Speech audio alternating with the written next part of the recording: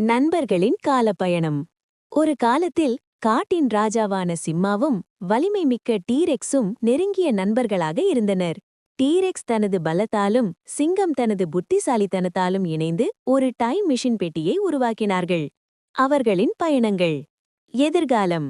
முதலில் அவர்கள் கிபி 3000க்கு சென்றனர். அங்கு பறக்கும் கார்களைக் கண்டு டீரெக்ஸ் ஆச்சரியப்பட்டது. சிங்கம் ரோபோக்களுடன் வேட்டையாட பழகியது. பனிக்காலம். அங்கிருந்து நேராக பனிக்காலத்திற்குச் சென்றனர். நடுங்கும் குளிரில் இருவரும் ஒருவருக்கொருவர் கதகதப்பை தந்து கம்பளி யானைகளுடன் விளையாடினர். பண்டைய எகிப்து. பிரமிடுகள் கட்டப்படுவதை நேரில் பார்த்து வியந்தனர். எகிப்தியர்கள் சிங்கத்தை தெய்வமாக வணங்குவதைக் கண்டு டீரெக்ஸ் கிண்டலாக சிரித்தது. கதையின் முடிவு. ஒவ்வொரு காலத்திற்கும் சென்று பல சாகசங்களை செய்தாலும் இறுதியில் அவர்கள் தங்களின் சொந்த காலத்திற்கே திரும்ப முடிவு செய்தனர். எந்த காலத்திற்குச் சென்றாலும் உண்மையான நட்பு மாறாது என்பதை புரிந்து கொண்டு இருவரும் காட்டின் நிழலில்